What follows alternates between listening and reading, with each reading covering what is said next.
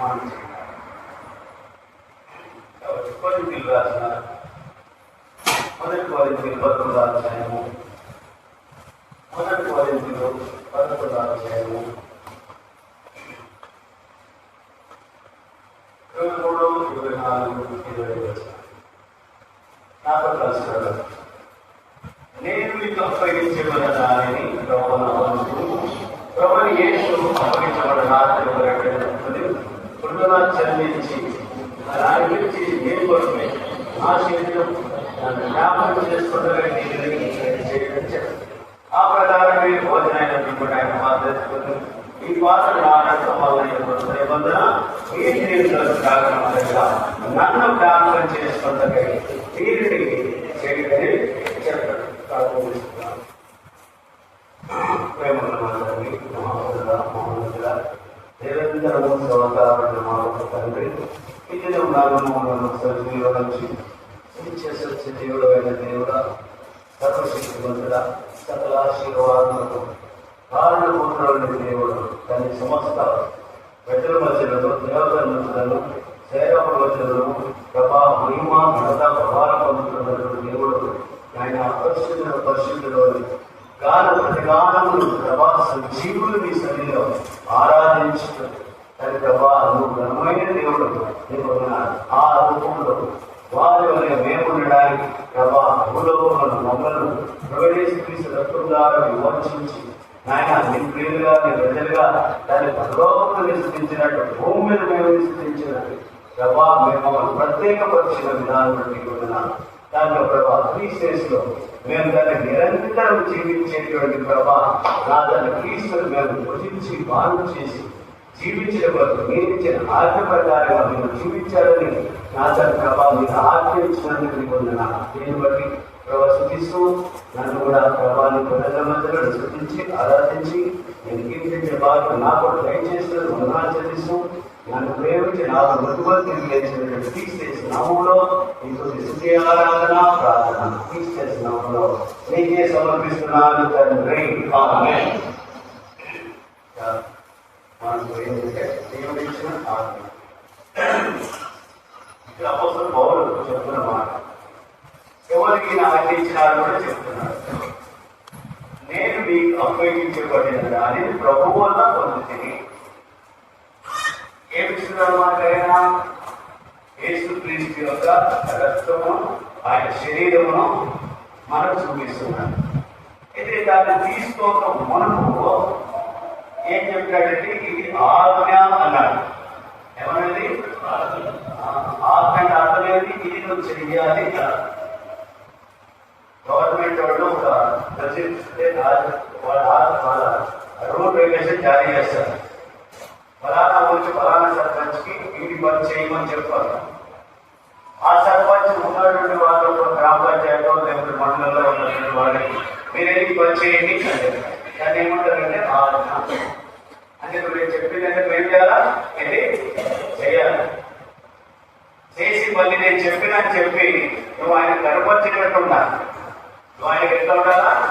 చేసినాను మళ్ళీ నీ అధికారి కనపడాలి. అది చేసింది నీ అధికారి చూస్తూనే ఉంటాడు. అధికారి ఏం చేస్తాడు? చెప్పినావా చేసినావా లేదా. అందుకనే ప్రభు ఏం చెప్పాడు? అపోస్తలుడు పౌలుకి ఇస్తూ ఈ ఆజ్ఞ చేయమని ఆయన చెప్పినాడు. ఆయన సంఘానికి ఏం చెప్తా ఉన్నాడు. అయితే ఇప్పుడు చేసే వాళ్ళని ఎవరు చూస్తున్నారు? అపోస్తలుడు పౌలు కాదు. ఎవరు చూస్తున్నారు? ఎవరైతే నీ వరకు నా వరకు వెలుగొట్టబడి నలుగొట్టబడ్డాడో ఆయన చూస్తున్నాడు.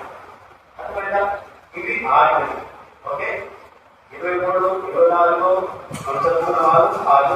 26 మీరినటువంటి ఈ పాత్రను జాగ్రత్తగా ప్రవచనం ఆయన మరణమును ప్రచురించినది. దాని ద్వారా మన ప్రక్రియ ఏంటంటే దాని ద్వారా చేసేది. తర్వాత కాబట్టి ఎవడు అయోగ్యంగా ప్రభు యొక్క రొట్టె తినో లేదా ఆయన రాసుడు కాదు వాడు ప్రభు యొక్క శరీరం గురించి రక్తం గురించి వెంబడడం అపరాధ సాక్ష్యం.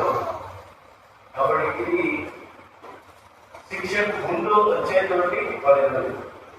అపరాధులు శిక్ష ఎవరికి వస్తుంది? అపరాధులకు వస్తుంది. అప్పుడు తీసినాడు వస్తారా? పాపం తీసినాడు.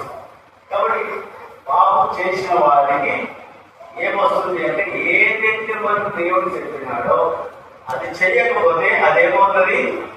పాపం అవుతుంది. ఆ పాపం నాకు శిక్ష అవుతుంది. ఆ శిక్ష పొందకుండా ఉండడానికి కూడా హెచ్చరిక చేస్తున్నాడు. మొదట ఆజ్ఞించినాడు, రెండోది మీరు పరీక్షించుకోమన్నాడు, మూడోది దానివల్ల ఏం నష్టమో చూసుకోవాలి. మొట్టమొదటి ఏంటంటే ఆజ్ఞించాలి, రెండవది ఆజ్ఞ తోటి చేస్తున్నారో నేను పరీక్షిస్తున్నాను, మూడవది ఏం చెప్పినాడంటే దానివల్ల వచ్చే శిక్ష ప్రయోజనాలు. కరెక్ట్ చేసావా నువ్వు ఆయన జీవులో పాల్గొంటున్నావు. ఒకవేళ దాన్ని నువ్వు ఏదో ఆశ్రమాసిక చేసి ఏదో నీకు ఇష్టమున్నగా నలుగులో చూసినట్టు నేను గొప్పగా ఉన్నాను అది ఇది అనుకుంటే మాత్రము దానికి ఏమవుతావు? శిక్ష పడతావు. అందుకనే దేవుడి ఇచ్చిన ఆజ్ఞ నిత్య జీవం అని తెలుసుకోవాలి. దేవుని ఆజ్ఞ ఏమిట? నిత్య జీవం. దేవుని ఆజ్ఞలో నిత్య జీవం. ఏదో మనం ఎవరు చెప్పినారు నేను చేశాను అయిపోయింది కాదు. ఈ క్రమం ఆజ్ఞ నెరవేర్చకపోతే చెప్పిన వాళ్ళకి శిక్ష ఉంటుంది, ఇంటి వాళ్ళకి శిక్ష ఉంటుంది, దాని వాళ్ళు పొందిన వాళ్ళు కూడా శిక్ష ఉంటుంది. అర్థమైందా? దేవుడు చెప్పిన వాళ్ళు కూడా వినవరు, చెప్పింది వినకుండా చేసేటోళ్ళు కూడా వినవరు. అర్థమైందా? అర్థమైందా? 2 కొరింథీ 5:10 మనం పరిశీలించుకుంటే దీంట్లో మనం జ్ఞాపకం చేసుకోవాలి. ఒక మాట జ్ఞాపకం చేసుకోవాలి. దాడి జరిగించిన క్రియలు చెప్తున్నా అవి మంచివైనా సరే చెడ్డవైనా సరే దేవుడితో జరిగించిన వాటి ఫలం ప్రతి వాడును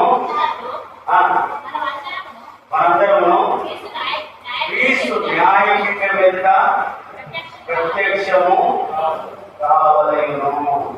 ప్రత్యక్షము కావలేను. తప్పక నువ్వు అక్కడ పోతావు. ఎప్పుడు పోతావు అంటే నువ్వు చచ్చిపోయినా పోతావు. ఎప్పుడు పోతావు? ఎప్పుడు పోతావు? చచ్చిపోయినా కదా అర్థమైంది.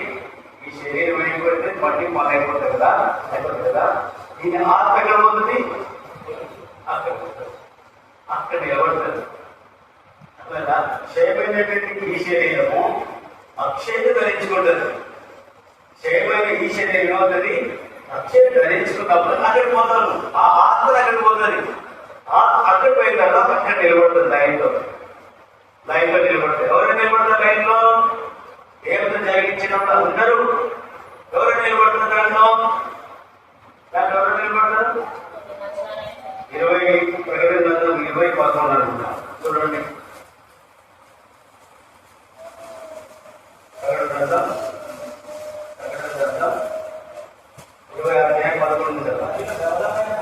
మరియు ధవళమైన మహాసింహాసనము దాని దాస్యంలో ఒకరిని చూచితిని. భూమి ఆకాశములో ఆయన సమకం నుండి పారిపోయాను. వారికి నిలువు చోటను కనబడకపోయాను. మరి గొప్పవారిని కొద్దివారిని వృద్ధులైన వారందరూ ఆ సింహాసనం యొక్క నిలబడినట చూచితిని. ఏమంటారా? వృద్ధులైన వారు గొప్పవారు కానీ కొద్దివారు కానీ, గొప్పవారు కానీ కొద్దివారు కానీ. గొప్పవాళ్ళు గొప్పవాడు కోటీశ్వరుడు కానీ కూటికి లేనివాడు కానీ, కోటీశ్వరుడు అయినా సరే కూటికి లేనివాడు అయినా సరే దేవుడు జరిగించే ప్రతి పాపములు తత్వం దేవుడి దగ్గర మనం పొందవలసి తప్పదు. అందుకని దేవుడు ప్రతి విషయంలో దేవుడు అంటాడు దేవుడు సరి చేసుకుంటా ఉన్నారు. మనం ఏం చేసుకోవాలా? మనం ఎవరు బిడ్డలము? సైతాన్ బిడ్డలమా దేవుడు బిడ్డలమా? దేవుడు బిడ్డలు. కాబట్టి అందుకనే దేవుడి పోలికలు మనలో ఉంటున్నాయా లేదా ప్రతి దినం సరి చేసుకోవాలంట. ప్రతి దినం సరి చేసుకోవాలి. 6 దినం సరి చేసుకోవాలి. నేను అలాగే చేయడం ఏంటంటే అది కాదు. మంచి దినములు చూడాలనుకుంటే, జీవోపేక్ష మంచి దినములు చూడాలనుకుంటే చెడ్డవాటిని దూరంగా పెట్టుకోవాలి. అదే చెడ్డవాటిలో నేను చలామణి అయిపోతాను, చదువులు అందరూ ఒకరోజు మాత్రం నేను పుణ్యపురుషుడిగా వస్తాను, పుణ్యస్త్రీగా వస్తానని చెప్పేసి ఇక్కడ కనపరుచుకుంటే మీ వాహనం అంతా ఇక్కడ ఉన్నవాడు చెప్తారు. ఎవరు ఆశ్చర్య కాదు, సేవలు కాదు, దేవుడు చేసుకోవాలి. అట్లా ఎందుకంటే ఆయన చూస్తున్నటువంటి దేవుడు. ఆయన చూడకుండా ఏది లోపం లేదు. ఏప్రిల్ 4:13 చూడండి. ఏప్రిల్ 4:13 చూడండి. ఏప్రిల్ 4:13 చూడండి. ఏం రాస్తున్నారు? ఏప్రిల్ 4:13 చదవండి. గట్టిగా చదవాలి. ఏప్రిల్ 4:13 గట్టిగా చదవాలి. ఆయన దృష్టికి కనబడని సృష్టం ఏదీ లేదు. ఎవరికి లెక్క చెప్పవలనో ఆ దేవుని కన్నులకు సమస్తమును తేటగా కనబడు. ఆ దేవునికి ఏమన్నా ఎవరు చేసే పనులు, వృద్ధులు చేసే పనులు, పెద్దలు చేసే పనులు, చెందులు చేసే పనులు, దేవుడికి కనబడేది ఏది కూడా లేదు. ఉన్నదని కూడా అది కూడా లేదన్నమాట. అది జ్ఞానం లేదు, మూడు కూడా అన్నమాట. దేవుడు చూస్తున్నాడని కాబట్టి నేను సరి చేసుకోవాలి, నా జీవితం సరి చేసుకోవాలి, నా మాట సరి చేసుకోవాలి, నా దృష్టి సరి చేసుకోవాలి, నేను చేసేది సరి చేసుకోవాలి, నేను మాట్లాడేది సరి చేసుకోవాలా, నేను ఉన్న పరిధిలో నేను దేవుడికి ఎట్లుండాలో దాన్ని సరి చేసుకోవాలా అంటే నువ్వు దేవుని దృష్టికి దోషిగా నిర్దోషిగా దేవుని దృష్టిలో నిర్దోషిగా ఉంటూ దేవుని చిత్తంలో జీవిస్తే మనం పాల్గొవలసిగా ఉంటాం. కాబట్టి నేను అలాగే చేద్దామని అయిపోతాను అంటే అది జరిగింది. అంటే దేవుడు చూస్తున్నాడు. ఇక్కడ గౌరవమైన మహాసింహాసనం ఉంది. అందుకని ఆ దేవుని దగ్గర మనం తిరుగులోకి వెళ్ళాలి. ఈ లైన్లో అందరూ ఉంటారు. గొప్ప గొప్ప బిషపులు కూడా ఉంటారు. గొప్ప గొప్ప బిషపులు ఉంటారు, గొప్ప గొప్ప పాస్టర్లు ఉంటారు, గొప్ప గొప్ప పెద్దలు ఉంటారు, గొప్ప గొప్ప పంచాయతీలు ఉంటారు, గొప్ప గొప్ప స్వార్థులు అందరూ ఉంటారు. దాంట్లో నరకులు ఉంటారు, దొంగలు ఉంటారు, వ్యవసాయాలు ఉంటారు, మోసగాళ్ళు ఉంటారు, దాపలు ఉంటారు, అందరూ లైన్లో ఉంటారు. అందరూ లైన్ ఉంటారు అన్నమాట. కానీ ఆ లైన్లో మనం కూడా ఉంటాం. ఆ లైన్లో మనం కూడా ఉంటాం. ఆ లైన్ నుంచి మనం తప్పించుకోవాలంటే ఏం చేయాలి? ఇక్కడే మనం పరీక్ష చేస్తాం. ఇదే టైం మనకి మనం సరి చేసుకోవడానికి ఇదే టైం, ఇదే సమయం. ఒక్కోసం పోరాటాడు. అంధకారంలో ఉన్న వాటిని, రహస్యంలో ఉన్న వాటిని బాగా వెలుగులోకి తీసుకొస్తాడు దేవుడు. మన లోపల చేస్తాడంటే సీక్రెట్ చేసే పాపములన్నీ నువ్వు అనుకోవచ్చు, ఎవరు చూడలేదు. నువ్వు అనుకోవచ్చు, ఎవరు చూడలేదు. ఎలీషాకు ఒక శిష్యుడు ఉన్నాడు. ఎలీషాకు శిష్యుడు ఎవరు? గేహాజీకి ఆయన మనసులో ఒకటి జరిగింది. ఏది? అప్పుడు వచ్చేటువంటి నలుగురు వస్తున్నాడే, ఆయన దగ్గర బాగా బంగారం ఉంది, మంచి మంచి బట్టలు ఉన్నాయి, పెళ్లి ఉంది. అవన్నీ తీసుకొని ఎలీషా దగ్గరికి వస్తే, ఎలీషా నాకు ఏమంటూ బాగున్నావు, నాకు మీలో ఏది కూడా నాకు అవసరం లేదు, నువ్వు వెళ్ళిపో. దేవుడికి ఏం పేరు చేశాడో దాన్ని బట్టి దేవుడికి మైపడుకుంటే వెళ్ళిపో అన్నాడు. ఆయన వెళ్ళిపోతా ఉంటే ఆయన ఇంట్లో పోయినాడు. ఏజీ ఎంత 2 గంటలు పోతున్నాయంట. 2 గంటలు ఆయన ఎంత పోతున్నాడు, ఎక్కడెక్కడ పోతున్నాడు పోయినాడు. అక్కడ పోయి ఆయన ఆడుతాడు, రథం ఆడుతాడు. ఆయన పేరు ఏం పేరు? రథం అయ్యా ఆదు ఏంటన్నాడు? నా యజమానుడు చెప్పాడు, ఇన్ని బట్టలు, ఇన్ని బంగారం నాకు ఇది కావాలని అడిగినాడు అంటే తీసుకో. నీకు ఎన్ని కావాలి నీకు తీసుకో. దానికి ఏమొస్తుందో తర్వాత దానికి పెద్ద మసాలా చక్కగా తీసుకొని వచ్చినాడు. ఈయన తెలియకుండా చక్కగా పోయి ఆయన టెంట్లో పోయి మంచిగా ప్రవేశం దాచిపెట్టి వచ్చేసి కదా దాచిపెట్టి చక్కగా ఎక్కడ వచ్చిన వల్ల శుద్ధ పూసలా వచ్చినాడు.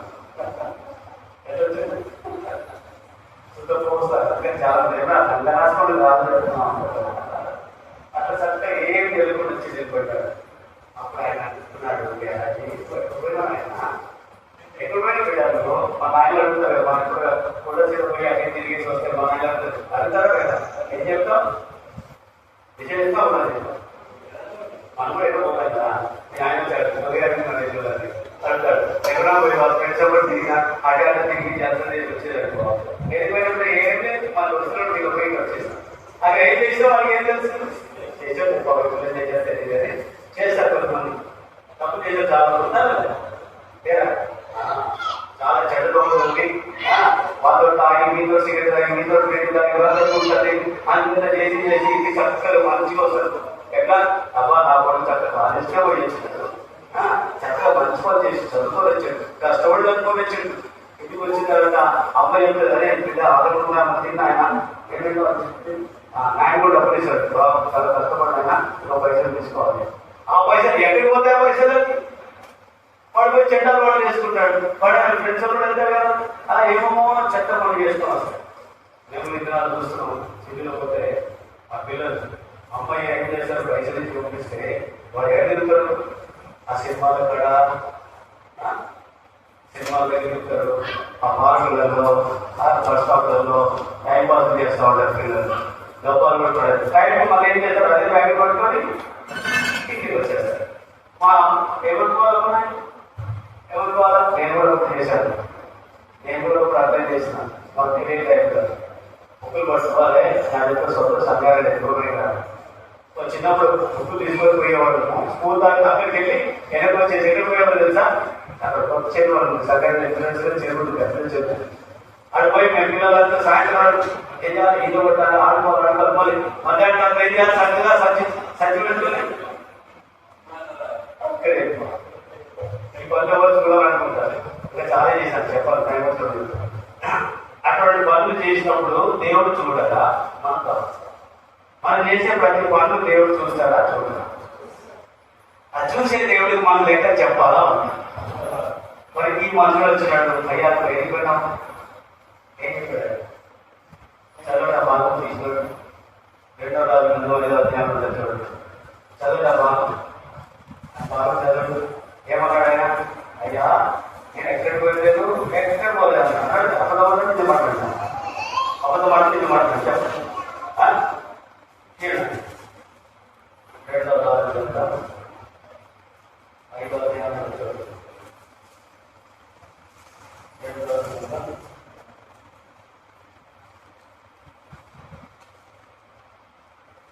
2వ రాజు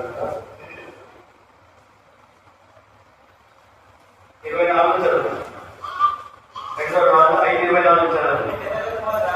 మెట్ల చెట్టు రాగానే ఏడు వాడిని తీసుకొని ఇంటిలో దాచి వారికి సెలవుగా వారు వెళ్ళిపోయారు. లోపలికి పోయి యజమాని ముందర నిలవగా,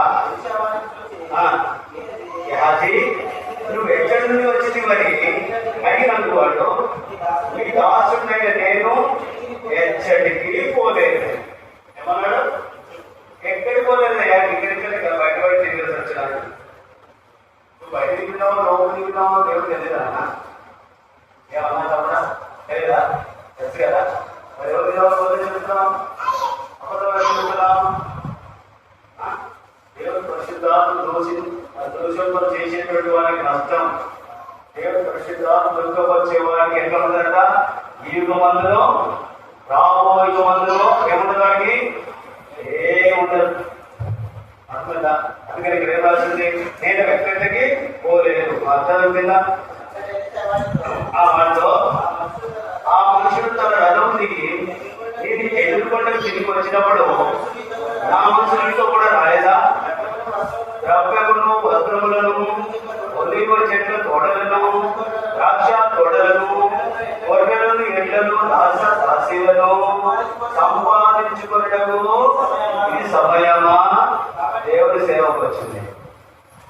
ఎవరంటే దేవుడి సేవకుల దగ్గర తరగతిలో ఉన్నాడు. ఏ సేవకున్నా?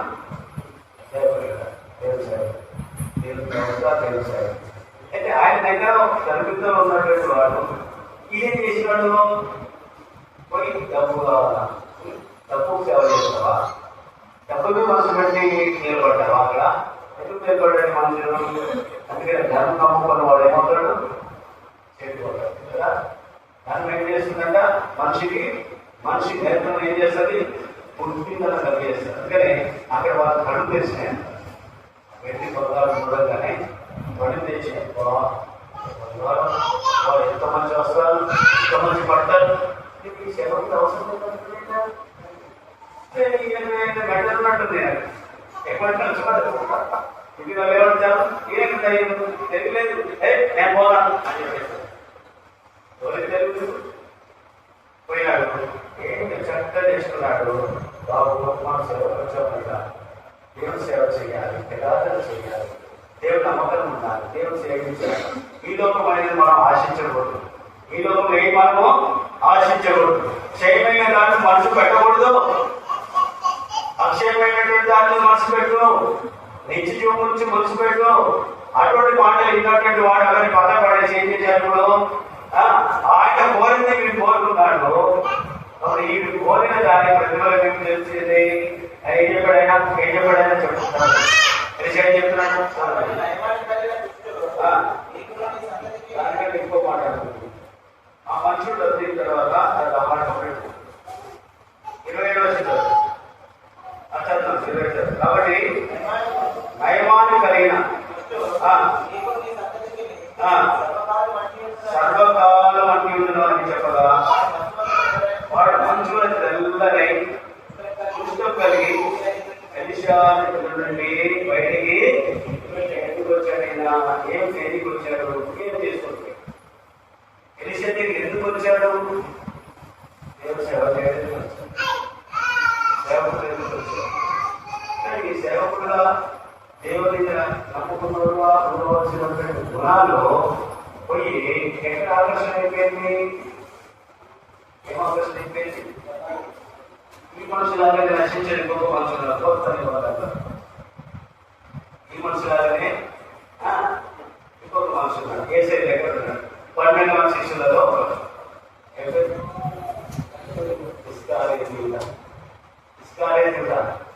ఏసై మాటలు విన్నాడు, అన్నాడు, చూసినాడు, అద్భుతాలు చూశాడు, ఆశ్చర్యాలు చూశాడు, అన్ని బాగా చూసినాడు. చూసిన తర్వాత మనసు మార్చలేదు. ఇదే నాకు అక్కడనే ఉంటారు, దేవుడిలోనే ఉంటారు. కానీ వాళ్ళకి ఏం కావాలి? వ్యతిరేకం కావాలి. రెండోది ఏం కావాలా?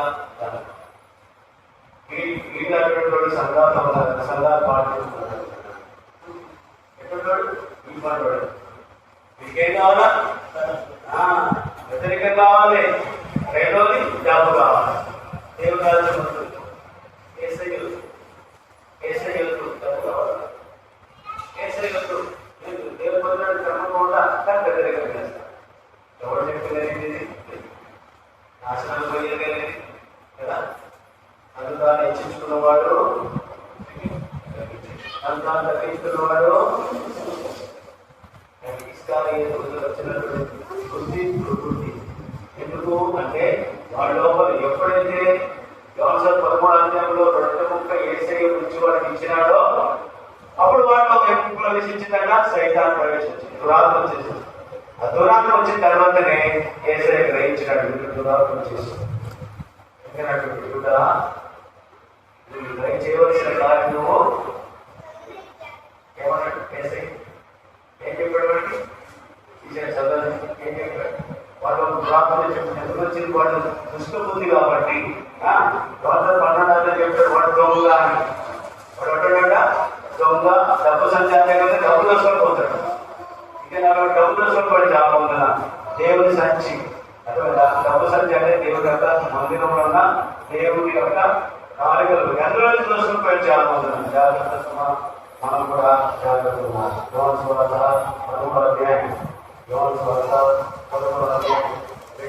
చూడండి, 13వ అధ్యాయం జాగ్రత్త. మనం కూడా అలాంటి దేవుడు చూడండి. 7వ వచనం 13:7. నీకు తెలియదు కానీ ఇక తెలియదని అతనితో చెప్పాడు. ఎవరితో? పేతురుతో. తర్వాత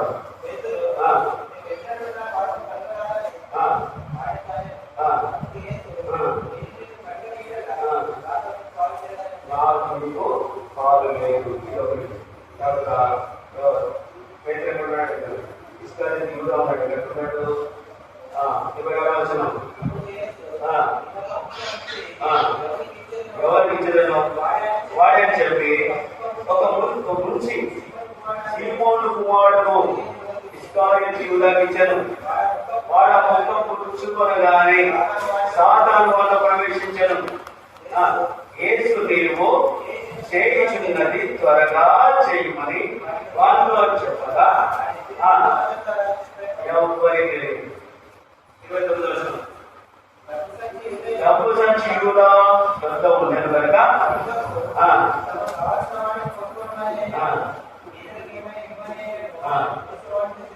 అని చాలా మంది డౌట్. చాలా మందికి ఏంటంటే అక్కడ శిష్యులకు డబ్బు కదా, వీళ్ళు క్యాషే కదా, ఇది ఏదైనా పనులు చెప్పాడేమో అందుకని పోయి చెప్తే చేయమని చెప్తున్నాడు అన్నారు. కానీ వాడు చేయబోయేది, వాడు ఏం చేయబోతున్నాడు? చక్క ఎక్కడ పోయినాడు? యాదకుడి దగ్గరికి వెళ్ళిపోయాడు. ఆ దగ్గరికి వెళ్ళిపోయి వాళ్ళతో గొడవలు చేసుకున్నాడు. ఏం చేసుకున్నాడు? నేను వేసుకోవడం అప్పగిస్తాను, మీరు నాకేమిస్తారు? వేసుకోవడంలో అప్పగించుకుంటున్నాడు, తన రక్షకుడినే అప్పగించుకుంటున్నాడు, తన దేవుడినే అప్పగించుకుంటున్నాడు. ఇటువంటి వాళ్ళు దేవుడిని అప్పుకునేటువంటి చాలా మంది ఉన్నారు. దేవుడిని అప్పుకునేవాడు చాలా మంది ఉన్నారు. ఇటువంటి ఇష్టాలు భ్రష్టుడైనాడు మీలో ఎవరైనా ఉంటాడని చూసుకోమంటారు. ఇటువంటి భ్రష్టుడు ఎవరన్నా, అభ్రష్టమైన మనసు, భ్రష్టమైన ఆత్మ మీలో ఎక్కడైనా ఉంటే దాన్ని తీసేసుకోవాలి. సరి చేసుకోవడం అంటే అది లోక ఆశలకు లొంగిపోకూడదు, లోకపు ప్రేమలకు లొంగిపోకూడదు, లోక మధురము లొంగిపోకూడదు. అప్పుడు దేవుడు పని చేస్తాడు. అక్కడ అందుకే ఇంకొక మాట పదార్థాలు అవును ఉన్నాడు ధనవంతుడు. వాడికి ఏం కావాలా? నిధి చెప్పాం. మూడో వ్యక్తి ఏంటంటే తనకేం కావాలా? నిధి మంచి మాట. వీళ్ళిద్దరైతే పోయినారు, ఎట్లయితే వాళ్ళు వెళ్ళిపోయినారు ఇద్దరు. అర్థంగా ఒకడేమో కృష్ణలోకి వెళ్ళిపోయినాడు, వాళ్ళ కృష్ణలో వాళ్ళ పిల్లలకు కూడా అంటించుకున్నాడు, వాడి పిల్లలకు కూడా చేసినాడు. వీరేమైందని వీరి కుటుంబంలో నాశనం అయిపోయింది. ఎవరు? ఇస్రాయేలు రాజపడి ఏమైపోయాడు? అపోస్తలుల మొదటి చూస్తే వాడి చెట్టుకు వేలాడి ఉరేసుకుని చచ్చిపోయాడు. వాడి పేగులను బయటకు వచ్చేస్తాడు. అలా చేసినటువంటి ఫలితాలను వాడాలి. వీళ్ళే మూడో మంచి వెళ్తున్నాడు, 10-15 వెళ్తున్నాడు. వాడు పరిగెత్తుకొని వచ్చి చదువుకుడా నిత్య జీవాన్ని వారసులకు నేను ఏం చెయ్యాలా అని యేసయ్య అడిగిన ప్రశ్న. ఏం ప్రశ్న ఇది? యేసయ్య అడుగుతున్నాడు, అయ్యా నేనేం చేయాలి చెప్పు, నేనేం చేయాలా? ఏం చేయాలి? మనం దేవుని దృష్టికి ఏం చేయాలా? నిత్య జీవం పొందాలంటే ఏం చేయాలా? ఇది మనం కోరుకోవాలి. ఇద్దరు కూడా క్షేమమైన వారి కొరకు ఆశపడ్డారు, వాళ్ళు క్షేమైపోయినారు. మూడో వ్యక్తి ఇతను ఏమంటున్నాడు? వాడు ఇటువంటి వాడు ఆయన తనకి మంచి అలవాటు వాళ్ళగా కాదు, దొంగ కాదు, మనుషుడు దొంగ కాదు, ఈ మనుషుడు ఇంకొక మీద దొంగలు చేసినవాడు కాదు, ఇంకో చెడ్డదాన్ని ఆశించినవాడు కాదు, మంచి దేవుని ఆజ్ఞలు నెరవేర్చినవాడు. మూడో దేవుని ఆజ్ఞలో నెరవేర్చినవాడు, దేవుని ఆజ్ఞలో ప్రేమించినవాడు. తల్లిదండ్రులంటే తల్లిదండ్రులంటే ఎక్కడ నరకలేదు, ఎక్కడ అబద్ధం మాట్లాడాలి. అర్థమైనా చెప్తున్నాడు. యేసయ్య చెప్పినాడు. యేసయ్య ఏం చెప్పాడన్నా చూడు, నీకు నిధి కావాలి కనుక మరి మీకు చేయాలి. ఏం చెప్పాడు? నన్ను సత్పురుషుడు ఎలా చెబుతున్నావు? దేవుడు ఒక్కడే కానీ మరి ఎవరంటే సత్పురుషుడు కాడు.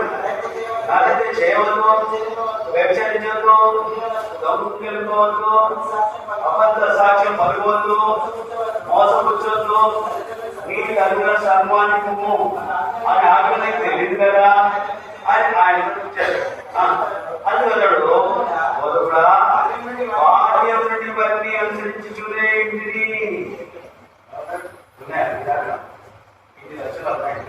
ఇక్కడ కూర్చోని చెప్పాడు. ఎవరికైనా ఇంత మంచి లక్షణాలు ఉన్నాయా? తల్లి తండ్రిని గౌరవించేది అది గొప్పవాడు. నాకంటే ఇవన్నిటికంటే తల్లి తండ్రిని కనిపించేది తల్లి తండ్రిని. చిన్నప్పటి నుంచి వాడు 2 తెలియనప్పటి నుంచి కూడా వారికి అడిగి శుద్ధి చేసి పెరుగుడు చేసి ఇదే చెప్పి చదువు చెప్పి అంతా చేసిన తర్వాత వాడికి ఉద్యోగం ఇచ్చి పెళ్లి చేసి వాడి కుటుంబానికి ఏర్పరిచిన తర్వాత తల్లిదండ్రులతో ప్రేమించేవాడు ఎంతమంది ఉన్నారు? ఆ ముసలుడు అయిపోయినా ముసలుడు అక్కడ పడుతున్నాడు, అక్కడ ముసలుడు చూడు ఆ ముసలోడికి తెగిన మా తండ్రి ఆ ముసలోడికి పెద్దదయ్యా అంటున్నాడు. తండ్రి అంటున్నాడు ముసలోడు. ఇప్పుడు పనికి పోయిన చెత్త జనం చాలా జాగ్రత్త. మనం దేవుడు ఉంటున్నాము, మన తల్లిదండ్రులనే గౌరవించేవాళ్ళు సరేనా. దేవుడు ఆజ్ఞ అనేది. ఎందుకంటే నువ్వు నీ తల్లిదండ్రులను ప్రేమించకపోతే నీ పుట్టినవాడు నీకు రివర్స్ అదే జవాబు. అర్థమైనా? అదే జవాబు.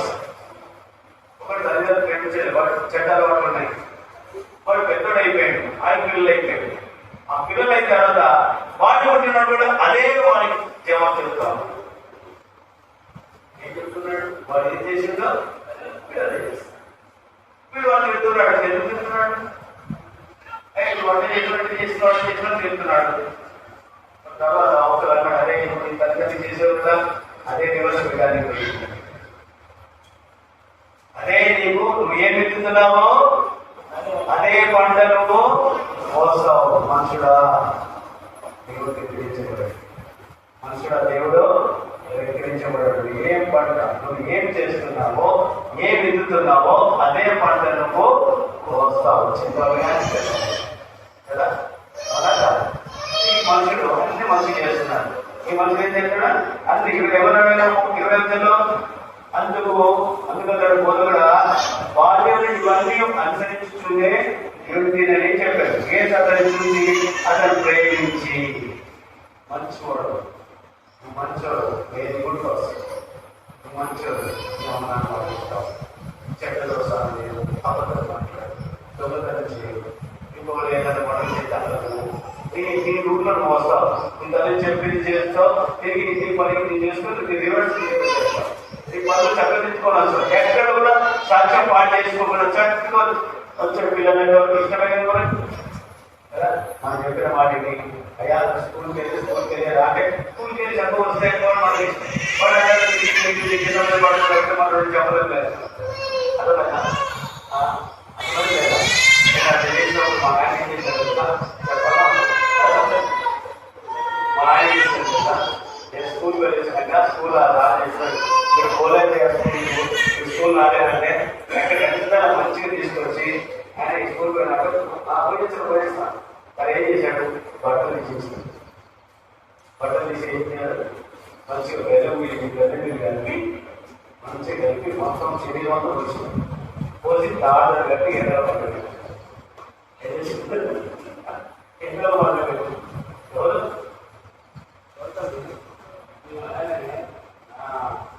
ఎందుకు చేసినాడు కదా? నేనెందుకు చేసినాడు? నాకైతే నాకు తెలియదు.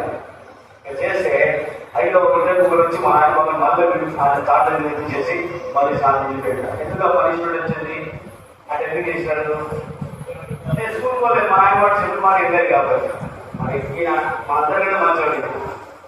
ఈయన మా అందరికంటే మంచి అందరితో ఏదో తప్పుదాలు ఉంటాయి కానీ ఇతను మంచోడు కాబట్టి బాబు మంచి అలవాటు కానీ ఒకటి కావాలి. నిత్య జీవం కావాలి నీకు. ఇంకేం కావాలా? నిత్య జీవం కాబట్టి ఒకటి కావాలి. ఎందుకంటే నీ మనసులో దేనికైతే ప్రాధాన్యత ఇస్తున్నావో దాన్ని నువ్వు పక్కన పెట్టినా ఏంటది? ధనం నమ్ముకోడు వాడు. అది కదా, ధనవంతుడు దేవుడు రాజ్యానికి వారసుడు. ఆ వారసత్వం పోగొట్టుకోవడానికి నువ్వు దీని మీద మనసు పెట్టావు కదా. అన్ని కరెక్టే ఉన్నాయి, క్రియలు కరెక్టే ఉన్నాయి. విశ్వాసం రావాలా? క్రియ లేని విశ్వాసం వృద్ధం. కాబట్టి అందుకని ఏ ఆజ్ఞ అయితే దేవుడు ఇచ్చాడో ఆజ్ఞ అనుసరించి జీవిస్తే మనం నిత్యించబడుతున్నాం. కాబట్టి అందుకని మనం ఈ పరీక్షించుకోవాలి. వీళ్ళంతా ఎందుకు పరీక్షించాలంటే పరీక్షించుకోవాలి. వాడు ఏం చేశాడు? చెడ్డవాడిని ఆశించి దేవుడి సాక్షిగా ఉండవలసిన వాడు, దేవుడి సేవకులు ఉండవలసినటువంటి వాడు, దేవుడి ఎలిషాలో ఉండవలసినటువంటి వాడు ధనం నుంచి అన్ని పోగొట్టుకున్నాడు. ధనమాశవాడు పోగొట్టుకున్నాడు. వీడు ఏ అపోస్తుల్లో ఉండవలసినటువంటి వాడు, అపోస్తులు 12 మందిలో వాడు ఉండవలసినటువంటి వాడు వాడేం చేశాడు? అనిత్య జీవాన్ని డబ్బు నుంచి పోగొట్టుకున్నాడు. మూడో వ్యక్తి అన్ని మంచుకునే కానీ ఒక్కటి మాత్రమే. ఆ ఒక్కటి వదిలేస్తే దేవుడు రాజ్యానికి వస్తే ఈ ముగ్గురులో ఉన్నది ఒకటే రోగం. ఏం రోగం అది? దినాల్లో అందుకనే డబ్బు మీద చచ్చిపోతున్నారు మనుషులు. సంఘాలు కూడా చస్తున్నారు, దేశాలు కూడా చచ్చిపోతున్నారు. సంఘంలో ఉన్న డబ్బు ఎక్కడ పోతుంది? దుర్వినియోగం. దేశంలో ఉన్న డబ్బులు దుర్వినియోగం అవుతుంది. వాళ్ళు ఏం చేస్తారు? జైల్లోకి పోతున్నారు. ఒక తిహార్ జైల్లో ఉంటాడు, ఒక చెన్నపల్లి జైల్లో ఉంటాడు. ఒక చెన్నపల్లి జైల్లో ఉంటాడు, వాడు తిహార్ ఢిల్లీ జైల్లో ఉంటాడు. ఇవన్నింటినీ రక్షించుకొని దేవుడి ఎదుట మనకు నిర్దేశులుగా నిరపరాధంగా ఉండడానికి దేవుడు మనకు చేసిన జ్ఞాపకం చేసుకున్నాం. ఉదయం ముందు పత్రిక 5వ గమనించండి. మనం దేవుడి దగ్గర దేవుడి పరిశుద్ధులుగా దేవుడి ప్రియులుగా ఉండడానికి ఇవన్నీ గురించి తప్పించి ఆయన బిడ్డలు ఉండడానికి మనకు అర్థించబడ్డాడు. అది మనం మర్చిపోతుంది. సుమా పత్రిక 5:25 పత్రిక 5:20 అందరూ కలిసి అవుతాం. 10వ సంవత్సరంలో అందరూ కలిసి చదువుకుందాం. పత్రిక 5వ అధ్యాయము 25-27 కలిసి అవుతాం. వచ్చినాక మీరు వారిని ప్రేమించి అక్కడ ఇక్కడ నుంచి క్రీస్తు కూడా సంఘమును ప్రేమించి ఇక్కడ చదువుతాం. క్రీస్తు కూడా సంఘమును ప్రేమించి అది గడకపోయినను వంటైనను అటు మరి ఏదైనా లేక పరిశుద్ధమైనది గాను నిర్దోషమైనది గాను మహిళల సంఘం గాను ఆయన దాన్ని పెట్టుకోవాలని వాక్యంతో ఉన్నత స్నానం చేత దాన్ని పవిత్రపరిచి పరిశుద్ధపరచుటకై దాని వరకు తను తాను అప్పగించుకోలేను. సంఘం అంటే ఎవరు? అర్థమైందా? సంఘం అంటే ఎవరు? సంఘం అంటే తెలిసిన చేయట్లేదు. సంఘం అంటే ఎవరు? మనమేనే ఆ సంఘం. ఏసే వ్యక్తులు తడిపడినవాడు సంఘం. ఏసే తన సొంతలకు అంగీకరించబడి సంఘం. ఏసే నమ్ముకొని పాపం శాపం విడిపెట్టి నీతి మంత్రం తీర్చబడినవాడే సంఘం. ఆ నీ కొరకు నా కొరకే ఆయన పరిశుద్ధంగా నిరపరాధులుగా నిష్కలంగా మనం ఉండడానికి ఆయన మన కొరకు అందించబడ్డాడు. ఆదరణ కాదు. అనేక వ్యవసాయం చేసిపోయినారు, తప్పుదలు చేసిపోయినారు, నరహత్య చేసిపోయినారు, అనేకులు నరకాలను కొని శిక్షకులైనారు. మనం శిక్ష గురి కాకుండా ఉండడానికే దేవుడు అన్నాడు మనం పరీక్షించుకోమన్నాడు. పరీక్షించుకోవాలా? పరిశోధించుకోవాలా? లేకపోతే శిక్ష గురికి వెళ్ళిపోతాం. అందుకని ఈ మాటలని మనం చదువుతున్నాం అంటే బుద్ధి కలగడానికి. ఏంటంట? బుద్ధిమంతులు ఏం చేస్తారంట? అన్నిటిగా మనసు పెడతారంట. ఎవరంట? బుద్ధిమంతులు. ఎక్కడ రాస్తున్నమాట? ఎక్కడ రాస్తుంది? ఎక్కడ రాస్తుంది? బుద్ధిమంతులైతే వీటిని మనసులో పెడతారంట. అవునా? మన బుద్ధిమంతులనే కాదా? మనం పరీక్షించుకోవాలి. మనం ఏం చేయాలా? పరీక్షించుకోవాలి. బుద్ధిమంతులు ఎక్కడ రాస్తున్నమాట? బుద్ధిమంతులు వాటిని ఏం చేశాక మనసులో పెడతారు. ఎవరి జ్ఞాపకం లేదని అది. ఎందుకంటే బుద్ధిమంతులు ఏం చేస్తారంటే మంచి విషయంలో తన మనసును గమనంలో పెట్టుకుంటారు. అది మనం జ్ఞాపకం చేసుకోవాలి. హోషేయ గ్రంథం 14:9 హోషేయ గ్రంథం 14:9 చదివితే జ్ఞానులు ఈ సంగతులు వివేచించడం చాలా అందరూ చదవాలి. చదవచ్చిన ప్రతి ఒక్క దానిలో చదవాలి. అందరు తీసారా? Page number 751. హోషేయ 14వ అధ్యాయం 9వ వచనం. హోషేయ 14:9 జ్ఞానులు వివేచింతులు బుద్ధిమంతులు వాడి గ్రహితులు ఏదైనా మార్గంలో చక్కనివి నీతి మంతులు దాన్ని అనుసరించి నడుచుకుందరు కానీ తిరుగుబాటు చేయవారు దానికి అది అడ్డం కనుక వారు తొట్టిల్లుతురు. మన తొట్టిల్లుతు జ్ఞానులుగా అనుకుగా జ్ఞానులే వివేచించేటువంటి జ్ఞానం దేవుడు మనం దయచేయనట్టుగా మనం కూడా సిద్ధపడగలరు. దేవుడు సాయం చేయడం కనుక తర్వాత బుద్ధిమంతులు వాటిని గ్రహించుతురు.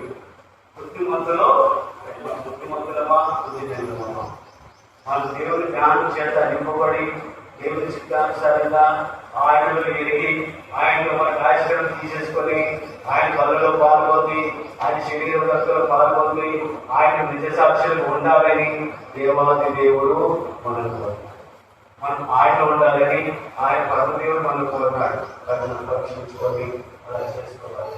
అలా చేస్తే ప్రభుత్వం మనకు ఏ అవసరము నిత్యమైన సావాసం అట్లా దేవుడు మనకు సాధించేది కనుక అందరు మౌలిస్తాం, అందరు మౌలిస్తాము. కాబట్టి మన జ్ఞాపకం చూసుకోవాలా.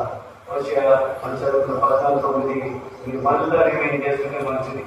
మన బుద్ధిమంతులమా, గ్రహించేవారమా, గ్రహించలేని వారమా, జ్ఞానులమా, అజ్ఞానమా, మన జ్ఞానం ఉందా లేదా, మన క్రియలు బట్టి మా ప్రజలను తెచ్చిపోతుంది. అయితే నీ జ్ఞానం లేకపోతే ఏం సరి కాదు కదా, గ్రహింపు లేకపోతే ఏం సరి కాదు. అయ్యా నీ బదుల గురించి, నీ వాక్యం గురించి, నీ రక్షణ గురించి, నీ మార్పుల గురించి నాకు తెలియదు కాబట్టి నాకు తెలియవచ్చు. నేను నీలో జీవించినట్టు నువ్వు నాలో ఉన్నాను కానీ నువ్వు నా కొరకు నేను నిర్దోషిగా, నిష్కలంగా, పరిశుద్ధంగా ఉండాలని నువ్వు కోరినావు కాబట్టి నువ్వు చేసిన ఈ యొక్క నీ రక్త అర్పణ బట్టి, నీ బలియాగం బట్టి నన్ను పరిశుద్ధపరచు. నీ సొంతగా ప్రార్థన చేసు, సొంతగా ప్రార్థన చేసు. దేవుడు సరి చేశారు.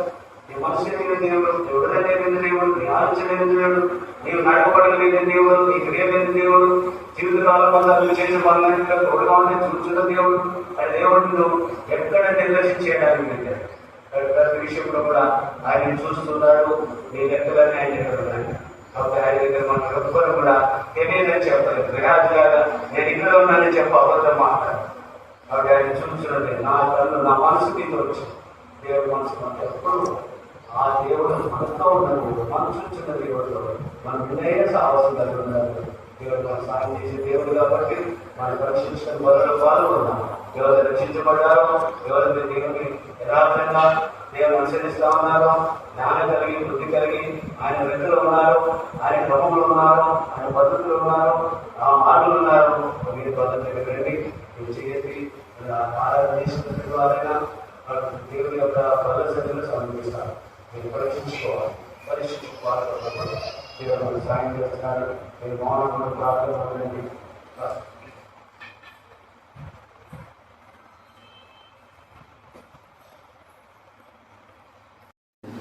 స్తుతులునే కర్పితుము సతతము మా ప్రభువా సన్నుతించెదం. గడచినాటి కాలము కరుణతో నన్గాచితివి. గడచినాటి కాలము కరుణతో నన్గాచితివి. వెళ్ళలేనాటి నీ కృప చూపినాటి మా ప్రభు. వెళ్ళలేనాటి నీ కృప చూపినాటి మా ప్రభు. స్తుతులునే కర్పింతుము సతతము మా ప్రభువా సన్నుతించెదం. స్తుతులునే కర్పింతుము సతతము మా ప్రభువా సన్నుతించెదం. నాదు దినములనే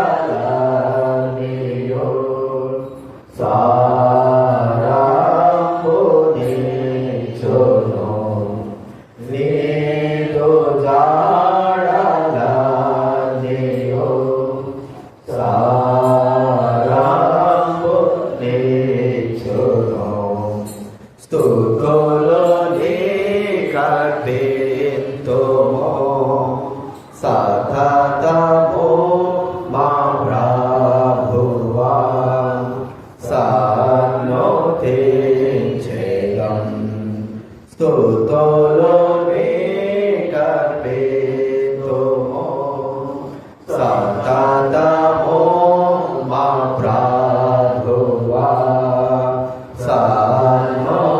సన్నుతించెదం నీదు మందిరములో మేలు చేత మమ్మును నీదు